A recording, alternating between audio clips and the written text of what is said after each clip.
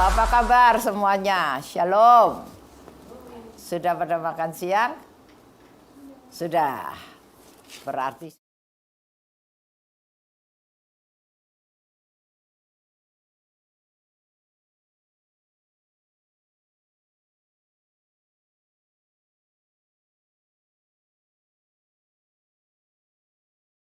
saudara sekalian, tetap saya akan teruskan merenungkan tentang sudut pandang murid Yesus yang satu ini, Yohanes, yang berlainan dengan yang lain, ya. Dan buku dia, catatan dia selalu berbeda.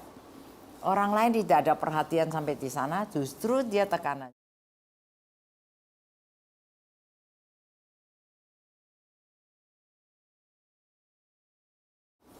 Jiwa dan roh.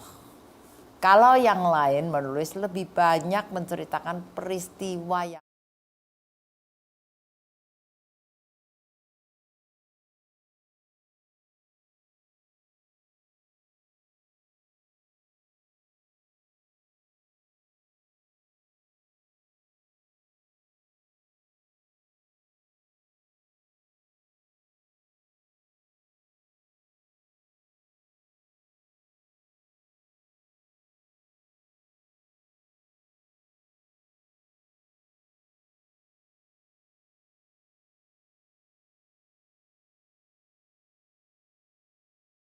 orang yang keluargamu akan menilai dirimu seperti di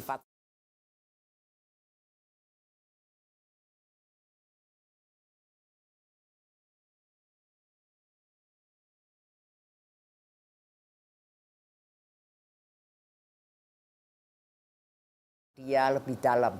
Sehingga Yesus mengatakan, kalau percaya dia seperti mendapatkan air hidup, sumber air hidup.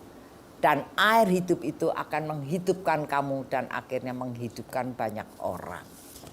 Ya, saudara sekalian, sebetulnya itu sudah disaksikan oleh perempuan Samaria, ya toh, pasal 4. Pada waktu perempuan Samaria kenal Yesus yang sesungguhnya, akhirnya dia jadi hidup. Dia bisa meninggalkan semua perbuatan dia yang jelek. Akhirnya dia bahkan tidak malu kemana-mana bersaksi tentang juru selamat yang menghidupkan dia. Itu artinya air hidup, ya.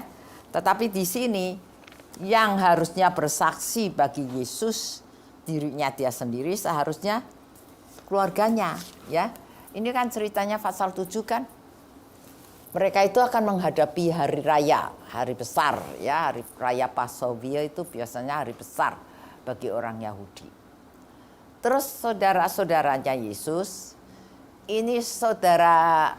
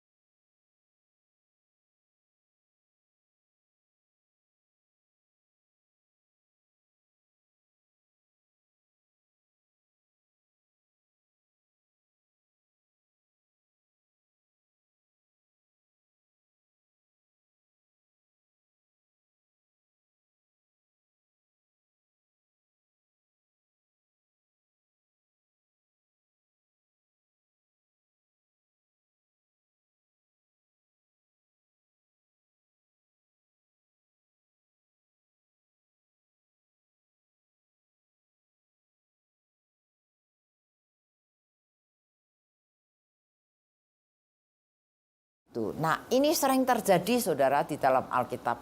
Sepertinya Yesus itu bohong, ya. Selalu bilang waktuku belum sampai, tapi akhirnya dia bertindak, ya, seperti di pasal 2 mengenai air yang menjadi anggur itu.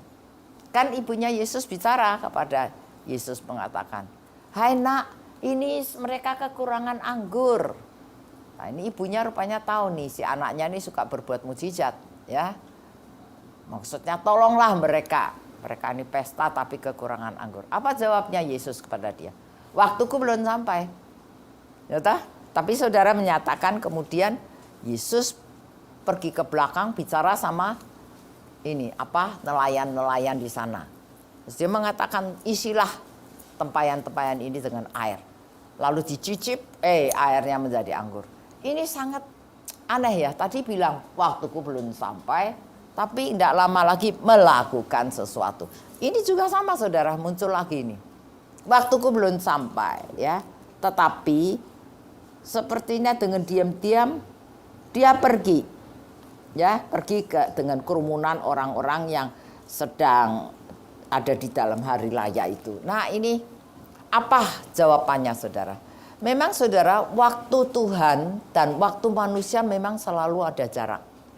Walaupun sedetik. Ya ta? Sedetik yang lalu orang ini masih hidup, sedetik kemudian dia mati. Pernah nggak menyaksikan yang seperti itu? Iya. Waktu sedetik yang lalu belum sampai, sedetik kemudian sudah sampai.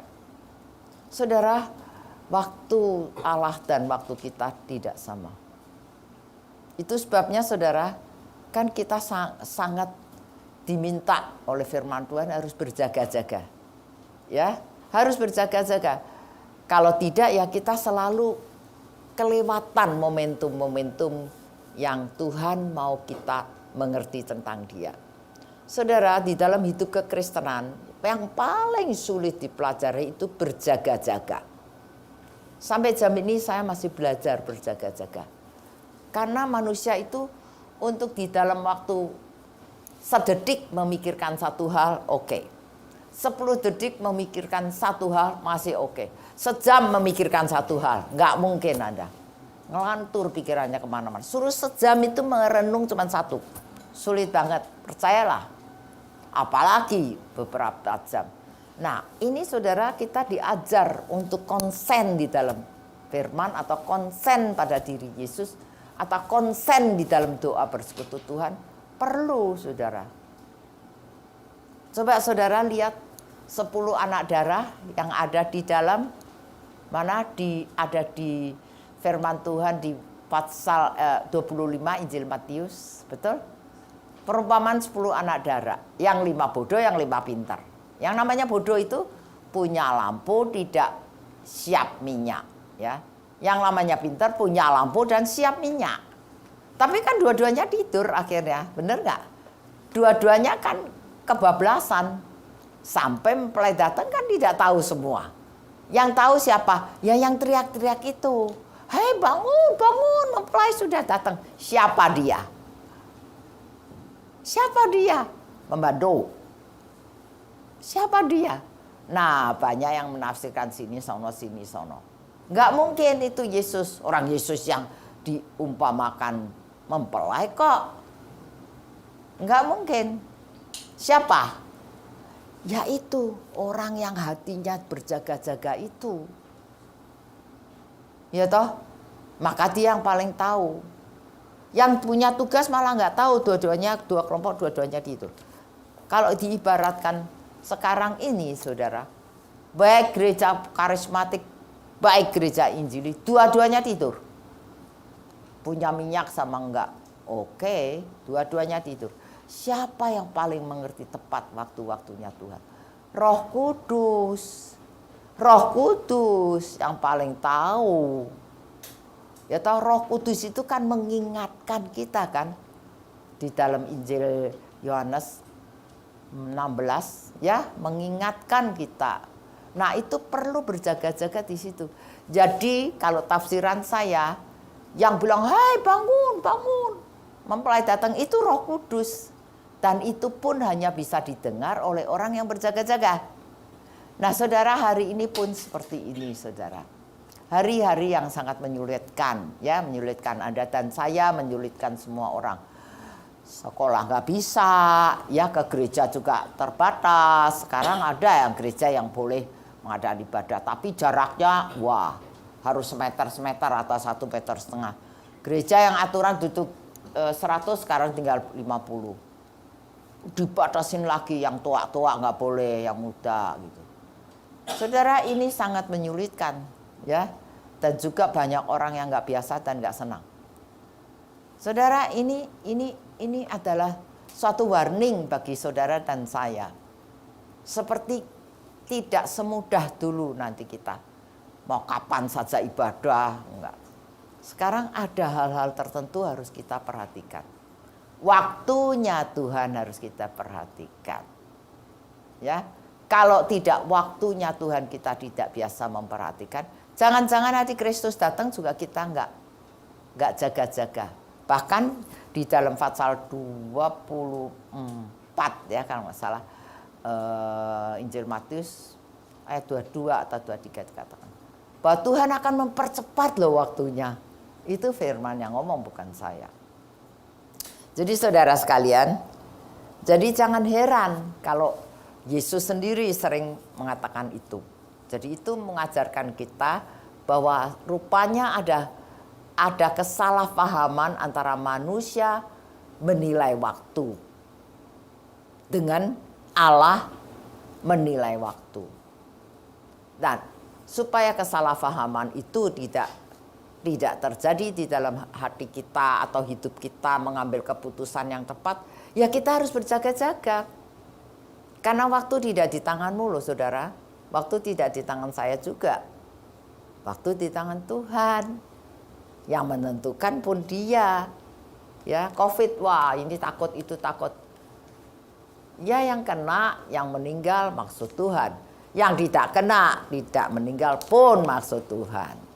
Jadi apa yang kita ya lakukan di dalam kehendak Dia. Nah, saudara, menurut saya sekarang ini adalah kesempatan yang terbaik bagi semua anak Tuhan untuk melatih diri, memiliki kepekaan untuk mengambil keputusan sesuai dengan kehendak-Nya. Kalau sudah sampai di situ, Anda nggak perlu khawatir apapun, ya, karena semuanya di tangan Dia kok. Kalau tidak kehendak Dia, sehelai rambut tidak jadi. Jadi kekhawatiran itu hilang, kegelisahan itu hilang, ya. Nah, selanjutnya saya ingin Anda perhatikan, mengapa saudaranya Yesus sendiri kok ngeledek, kok ngejek gitu ya, kok sinis, kenapa? Loh kan saudaranya sendiri hidup bersama-sama 30 tahun. Yesus kan mulai mengabarkan Injil atau memberitakan tugas Dia bahwa Dia datang sebagai anak Allah dan memberitahukan tentang hidup kekal. Itu kan bukan sebelum umur 30, Dia tidak kok. Jadi Dia tuh biasa hidup seperti biasa bersama-sama dengan saudara-saudaranya, bahkan saudaranya banyak. Kenapa justru saudara sendiri yang paling dekat, ya, yang bisa melakukan apa-apa bersama dengan Dia, ya? Mungkin dulu kecilnya juga main bersama apa. Kok justru salah paham? Apa sebabnya saudara?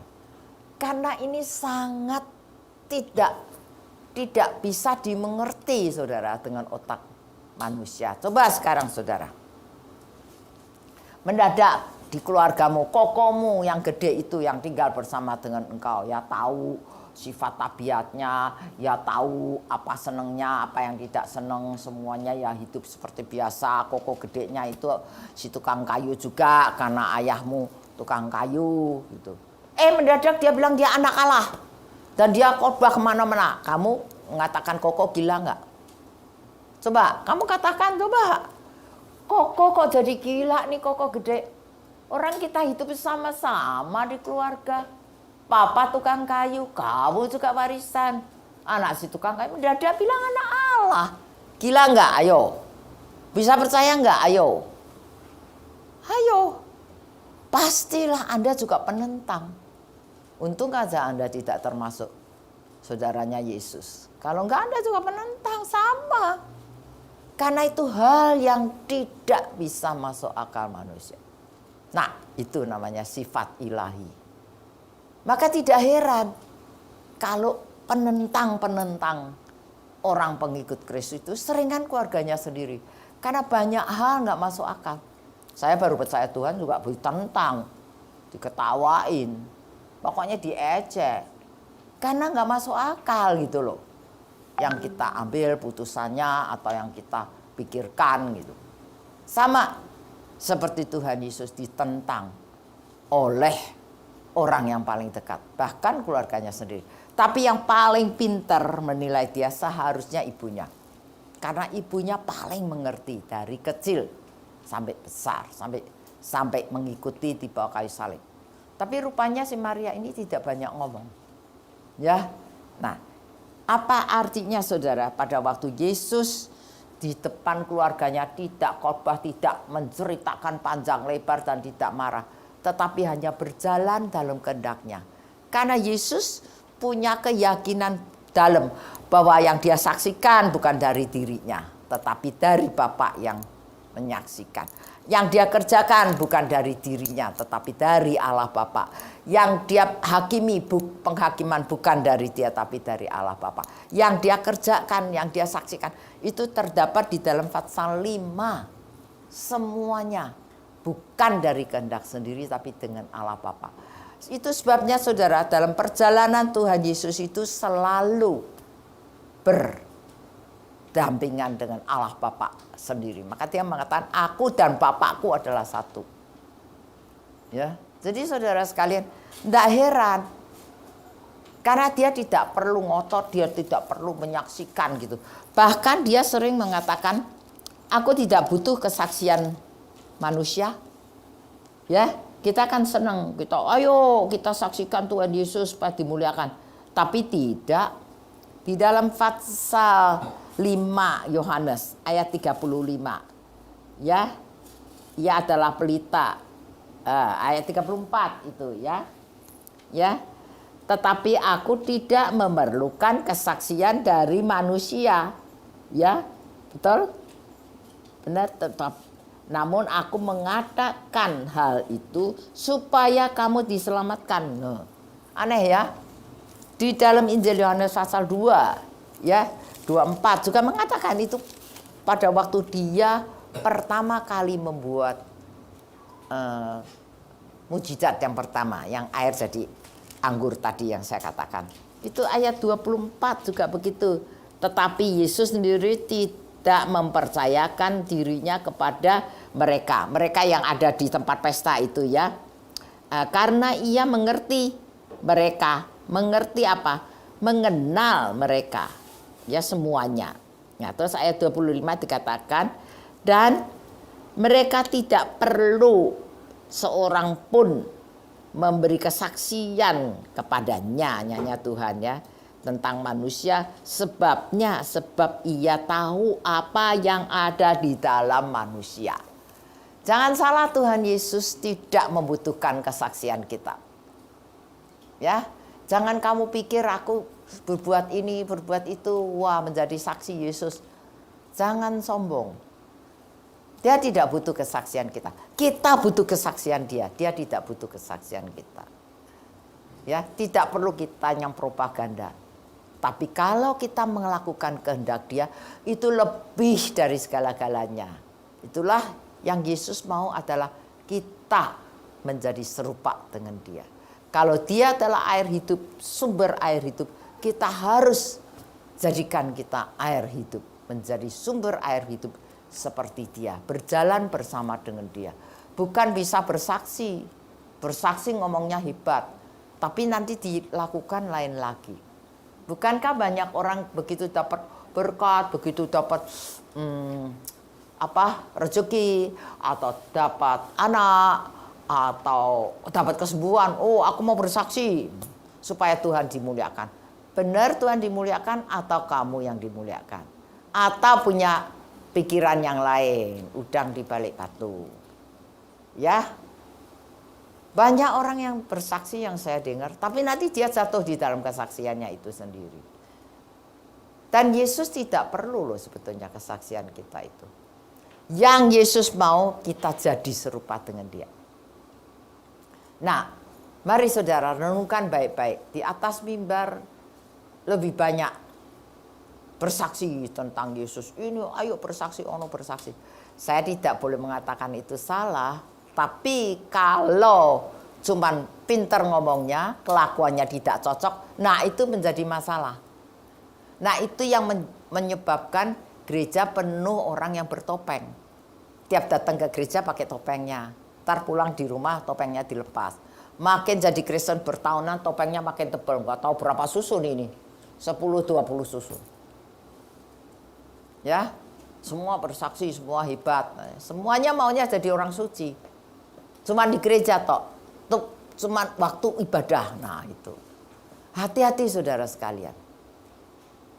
Firman mengatakan Tuhan tidak butuh, tapi Tuhan butuh kelakuan. Ya, itu sebabnya saudaranya pun tidak percaya loh. Dia tidak kecewa, dia tidak marah. Tapi yang dilakukan adalah apa yang dia perbuat sampai saudaranya nanti satu-satu percaya. Sampai pada waktu dia mati, sampai disalib, sampai bangkit, sampai dia masuk naik ke surga, itu saudaranya baru sadar bahwa apa yang dikatakan itu benar, bukan omongan saja. Itu jadi lebih daripada kata-kata. Makanya saudara-saudaranya pun akhirnya jadi ikut dia. Tuhan Yesus hidup dan di tengah-tengah saudara dan menjadi saksi bersama, saksinya Allah bersama dengan Allah itu cuma 3,5 tahun, pendek saudara. Pendek.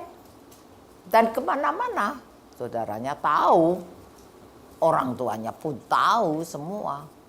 Dan itu menjadi sesuatu yang mengubah, ya, mengubah hati, mengubah jiwa, mengubah nilai hidup saudara-saudaranya. Ya, saudara sekalian, mari kita renungkan baik-baik. Apakah Anda sudah mendapatkan air hidup itu dan mengubah Anda seterusnya? Apakah Anda benar cuman ngomong tok? Nah, cuma ngomong tok itu ya cuman bersaksi. Tapi Anda belum sungguh-sungguh berubah sendiri menjadi sumber air hidup. Jadi sendiri pun hidup akhirnya. Terus ngalir. Tidak ada yang apa yang kita omong sama yang kita perbuat berbeda. Itu tidak mudah saudara, tapi itu yang Tuhan mau.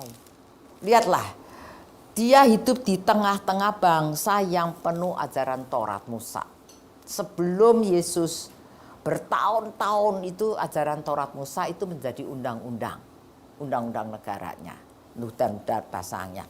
Pasal 8 langsung dia disodorkan. Karena pasal 7 dia menceritakan dari mana dia datang. Dia tidak cuman menjadi saksi Taurat Musa, tapi dia penggenap.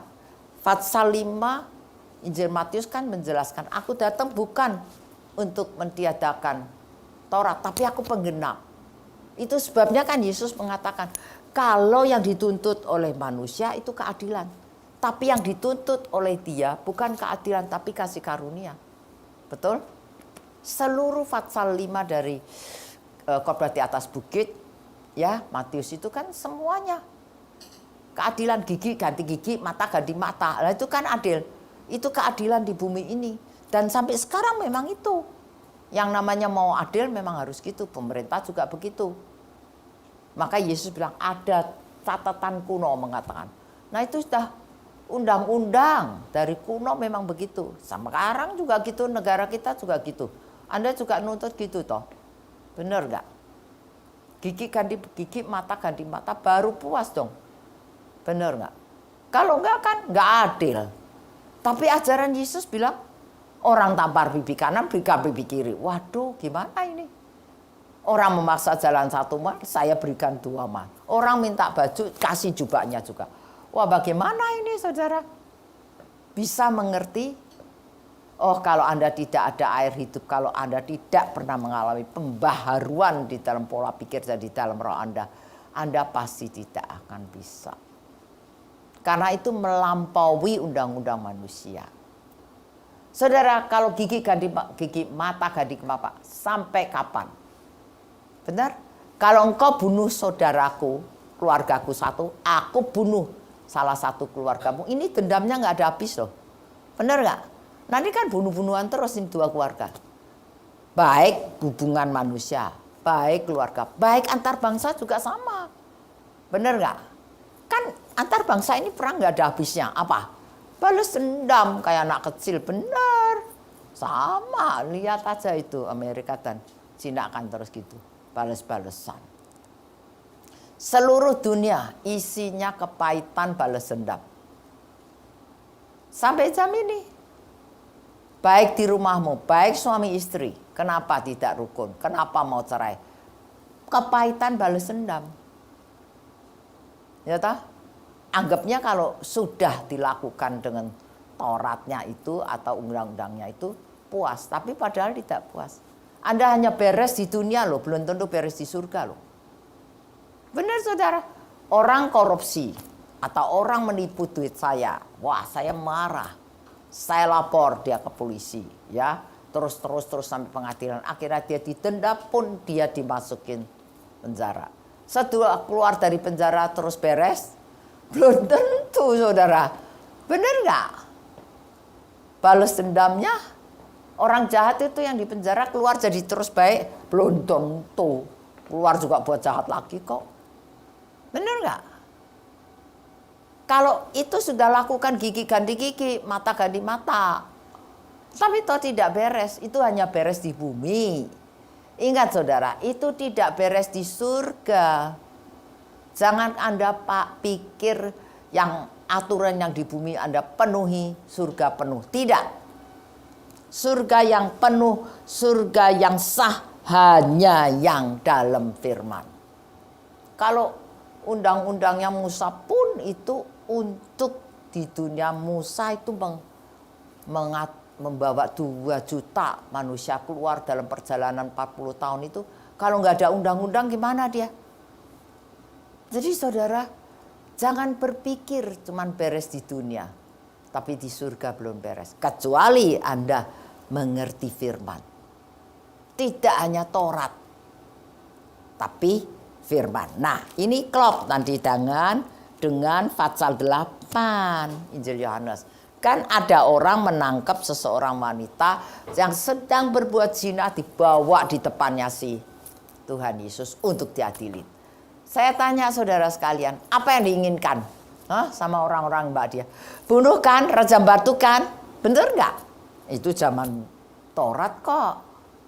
Dan itu kenapa mesti dibawa Tuhan Yesus? Nah dia baru khotbah pasal yang lalu. Ya dia air hidup, sumber hidup. Dan dia juga menceritakan cikal bakalnya dia. Nah sekarang coba. Ini mencobai dia benar. Bagi Yesus, waduh gimana ya. Kalau saya bilang, oh ya Taurat Musa mengatakan mari 2, 3 kita rajam habis. Mati. Ya beres toh. Puas toh itu semua yang cobain dia. Tapi dia belum menyatakan siapa dia yang sesungguhnya. Anak Allah yang mempunyai kasih karunia lebih daripada Taurat Musa, tuntutan manusia. Itu sebabnya, saudara, akhirnya apa yang dilakukan oleh Tuhan Yesus? Dia di bawah tanah nulis ya. Kita Alkitab nggak nulis ya, nggak menulis bahwa apa yang ditulis ya. Cuma tafsiran saya mungkin dia menulis hamartia. Apa artinya hamartia? Dosa. Jadi dia menulis tulisan itu, semua orang Yesus bilang, siapa? Lihat ini. Jadi berarti siapa yang tidak berbuat dosa, rajamlah dia pertama kali. Akhirnya satu-satu lihatlah, semua juga punya dosa. Gak ada satupun yang merajam wanita ini. Apakah ini berarti Tuhan membela orang berzina? Sampai di depan umum dia dibelain. Akhirnya satu-satu pergi kan? Akhirnya Yesus mengatakan, hai wanita, tidak ada orang yang merajam kamu. Tidak, aku pun tidak akan menghukum kamu. Pulanglah dan janganlah berbuat dosa. Itu tujuan. Itu baru benar. Jadi saudara, bukan dihukum. Tetapi dunia ini kan gak bisa. Loh lah kalau gitu gimana?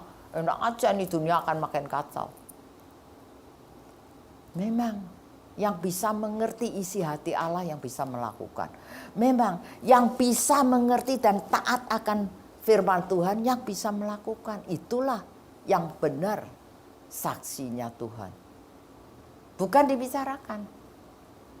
Wah, pada waktu aku membacain, luar biasa bijaksananya Tuhan. Melampaui dengan semua ajaran agama apapun di dunia ini. Ya,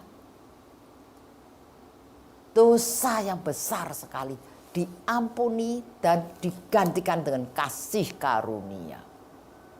Itu ditulis di Injil Yohanes pasal 1 ayat 14. Sudah tulis. Taurat Musa adalah penghakiman hukum, tapi Yesus datang kasih karunia. Saudara, secara jujur hari ini kalau bukan kasih karunia, hidup Anda tidak ada arti. Isinya balas dendam, kepahitan. Tuntut hak. Benar nggak? Isi hidup kita tuh itu, bolak-balik putar-putar itu. Keegoisan. Balas dendam. Ya, tawar-menawar. Terus dibawa terus bertahun-tahun, berketurunan kepahitan yang tidak ada habis. Inilah dunia ini. Tapi kalau Anda kenal kasih karunia Allah, seperti wanita ini, diampuni dosanya sehingga dia tidak berbuat dosa lagi. Alangkah baiknya. Dia beres di dunia, dia beres di surga. Saudara, masalahmu banyak. Kamu mau beres di dunia tok atau mau beres di dunia, beres di surga juga? Ayo coba pikirkan. Kalau beres di dunia tok, ya pengadilan. Ya toh? Beres di dalam agama, ya ikut aturan agama aja. Ya toh? Bener nggak? Oh, nggak seneng, serahin. Surat talak. Lah ada agama yang boleh kok, 4 kali pun boleh. Ya toh? Beres di bumi, tapi tidak beres di surga loh. Saudara, firman Tuhan mengatakan tidak beres di surga. Mari saudara, mau beres di bumi toh, apa beres di bumi dan beres di surga, dua-duanya. Hanya engkau mendapatkan sumber air hidup. Hanya engkau berjumpa dengan Yesus, engkau ketemu kasih karunia yang seperti itu. Semua orang berbuat dosa. Tidak ada yang tidak. Dan dosa tidak ada dosa kecil, dosa besar. Di mata pandangan Tuhan, yang namanya buat dosa ya dosa. Dan manusia memang keturunan orang berdosa. Dan sampai sekarang, manusia dengan cara apapun ingin melepaskan itu. Tidak semudah teori. Tidak semudah filsuf-filsuf mengajarkan dengan filsafat yang luar biasa. Hanya satu, diejek, diapain pun. Yesus itu dikatain apa? Orang gila, ngawur, ya, terus kerasutan setan. Yesus itu semua ada loh mereknya itu kalau saudara lihat dari pasal 7. Kan dia diolok-olok. Ya toh? Apakah dia membantah? Tidak. Sekarang saya ingin tanya saudara. Saya tanya, kalau orang gila ada gila-gilanya sampai akhirnya tidak dapat apa-apa di dunia ini. Terus rela mati bagi orang yang ngolok-ngolok dia gila. Mati di kayu salib nggak ada tuntutan apa-apa. Bingung. Benar nggak? Kerasutan setan. Mana ada orang yang kayak Yesus. Dimarah, dimaki, disersa, ditampar. Sampai disalib. Tidak balas. Mana ada orang segoblok itu. Semua orang, perilaku orang tuh punya tuntutan loh saudara. Aku bekerja, aku nuntut honor. Betul nggak?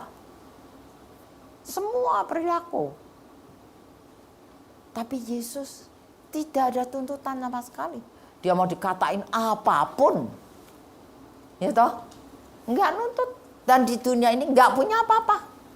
Siapa tahu alamatnya rumahnya Tuhan Yesus coba. Nggak ada.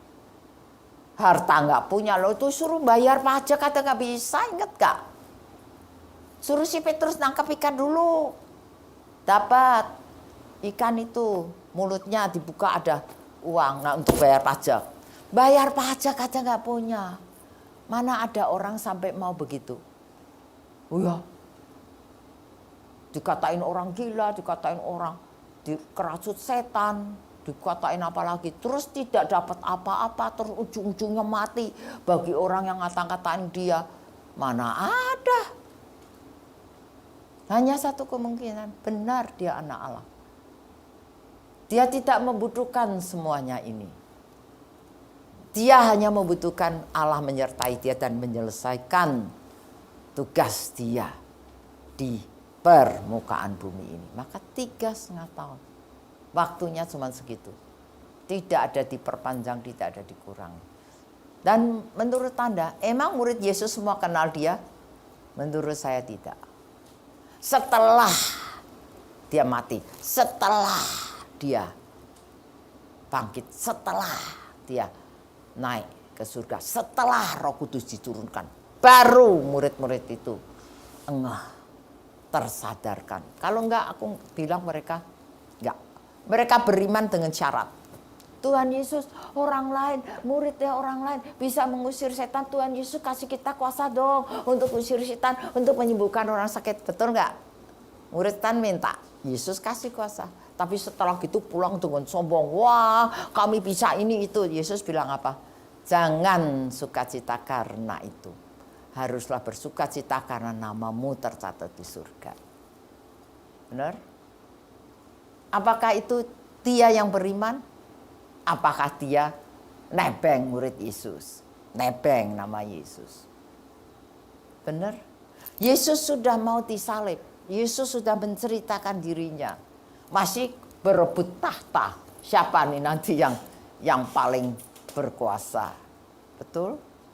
Yesus sudah mengatakan, aku ini sudah tidak lama lagi. Ayo berdoa bersama-sama dengan saya barang sejam. Tidur ngorok semuanya. Apakah dia beriman? Mengerti? Kalau dia benar juru selamat ini sudah tinggal beberapa jam bersama dengan saya. Kalau tahu nggak tidur. Aku yakin nggak punya iman. Petrus yang sombong hebat, mati pun rela. Nggak akan aku menyangkali. Sampai di depan pengadilan di Pilatus 3 kali menyangkal, sumpah-sumpah lagi. Apakah itu beriman? Oh, aku bisa menyebut banyak. Sesungguhnya murid Yesus tidak beriman, cuma nebeng semuanya. Tapi kesaksian yang belakang, mereka baru sadar. Itu sebabnya kenapa Yesus waktu salib hilang semua. Tinggal 1 Yohanes ini. Tapi dia pun tidak berbuat apa-apa dan tidak mengucapkan apa-apa. Dia ada di bawah kayu salib. Cuman itu bersama dengan Ibu Yesus. Jadi saudara sekalian, mari kita renungkan 2 Fatsal ini ya siang hari ini. Takut COVID? Ya. Takut mati? Iya. Lebih baik mati konyol apa lebih baik mati berarti? Tahu kemana? Beres di atas pun. Bukan beres di dunia tok. Ayo, mati mah semuanya mati. Enggak mati COVID juga mati bener nanti karena sakit yang lain. Bener enggak? Tapi kan ada hal-hal yang menakutkan Anda, ada hal-hal yang membuat Anda gelisah. Oh, nggak bisa kerja, income-nya kurang. Oh, anak-anak sekolah juga susah sekarang, gimana ini? Oh, ibadah aja susah, ini gimana? Oh, saudara, aku nggak bilang ibadah susah. Malah aku dapat banyak. Hari Minggu aku keliling. Streaming ada dulu sibuk sendiri, khotbah, sudah gitu pulang, sudah gitu capek. Sekarang saya malah kenyang dengan firman. Dalam luar negeri bisa didengar semua. Enggak cuman hari Minggu seminar.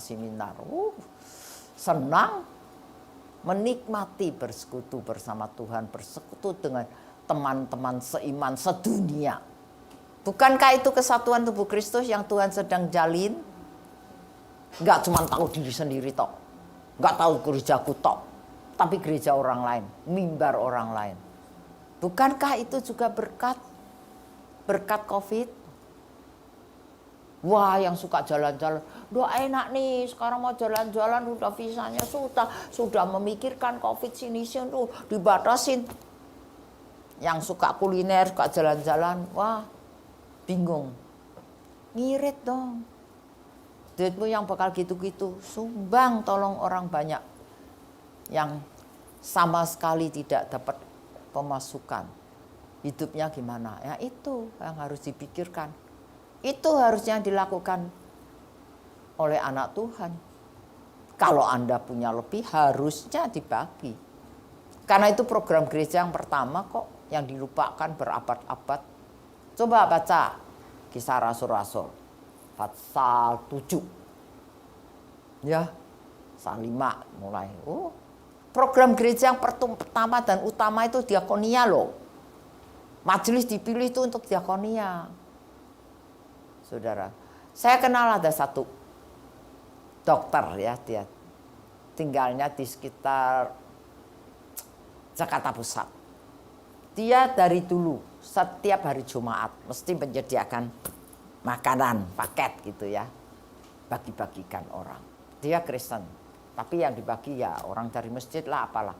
Tetapi sekarang sejak COVID ini bukan cuman hari Jumat, dia tiap hari bikin. Dan banyak. Dulu bikinnya cuma berpuluhan lah ya, 50, 70. Sekarang ratusan. Saya tanya, kok kamu bikin makin banyak? Iya, tidak hanya yang dekat-dekat sini, tapi dia bawa kemana? Pembuangan sampah tuh loh.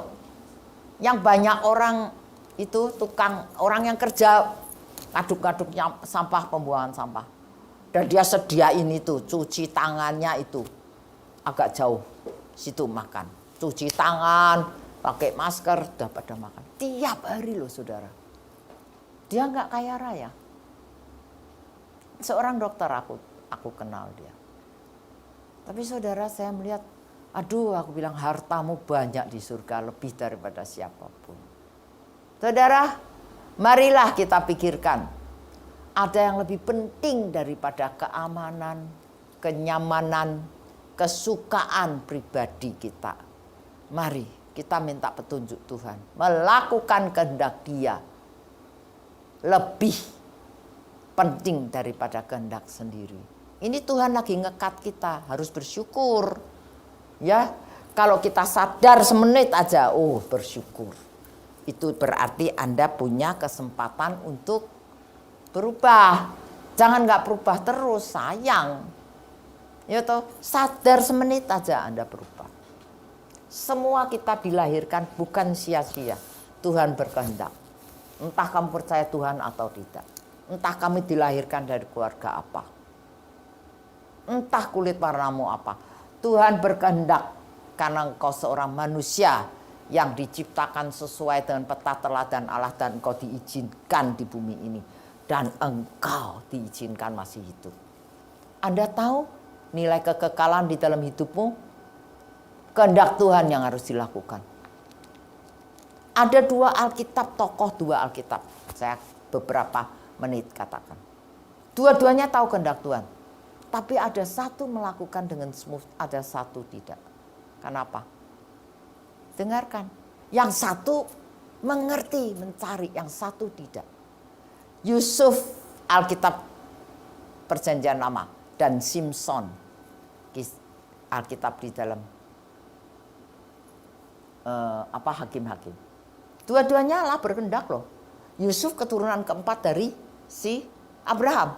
Dia adalah yang nanti membawa, yang menurut nubuatnya Allah kepada Abraham, keturunanmu yang keempat akan di sana membawa keturunan Abraham itu akan menjadi budak di Mesir 400 tahun. Itu Yusuf. Dia berjalan kehendak Allah. Dia satu-satunya saudara keturunan keempat yang tidak pernah ketemu Tuhan, tapi dia melakukan kehendak Tuhan. Karena dia taat, dijual, diapain aja dia taat sampai rencana Allah 110 mati di Mesir dan dia benar keturunan Abraham itu 400 tahun jadi banyak di Mesir. Lakukan dengan smooth. Satu, Simson. Dia juga tahu kehendak Allah. Papa mamanya bilang kamu dikasih kekuatan luar biasa untuk membela bangsa Israel saat itu tan ditindas. Musuh terbesar saat itu Filistin. Kamu harus jadi pahlawan yang menangkan. Tapi apa yang dilakukan? Berlawanan. Gilanya sama orang Filistin terus. Di mamanya ngasih tahu papanya nggak denger. Ya toh? Sampai menjual kekuatannya, rahasianya.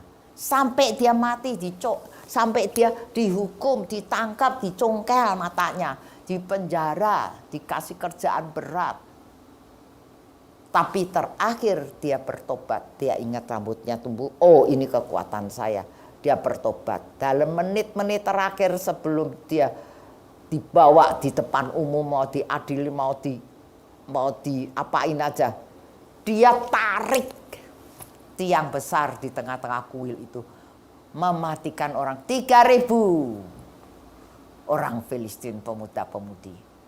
Terakhir kehendak Tuhan jadi. Karena ada pertobatan semenit itu. Saudara, Tuhan menantikan pertobatan semenitmu. Kalau dulu kamu salah, di mana pertobatan semenitmu itu? Pulihkan. Mari kita berdoa. Bapa kami yang bersakta dalam kerajaan surga. Biarlah Tuhan firman-Mu menyegarkan kami Tuhan. Tidak membuat kami letih lesu loyok. Tapi tahu ada kehendak-Mu yang bernilai kekal dalam hidup ini. Kami mau mencari wajah-Mu. Kami mau taat kepadamu. Kami mau belajar firman. Kami mau lepaskan semua hak kami yang mengikat kami. Terima kasih Tuhan Yesus. Dengar seru doa hamba-Mu. Dalam nama Yesus Kristus. Amin.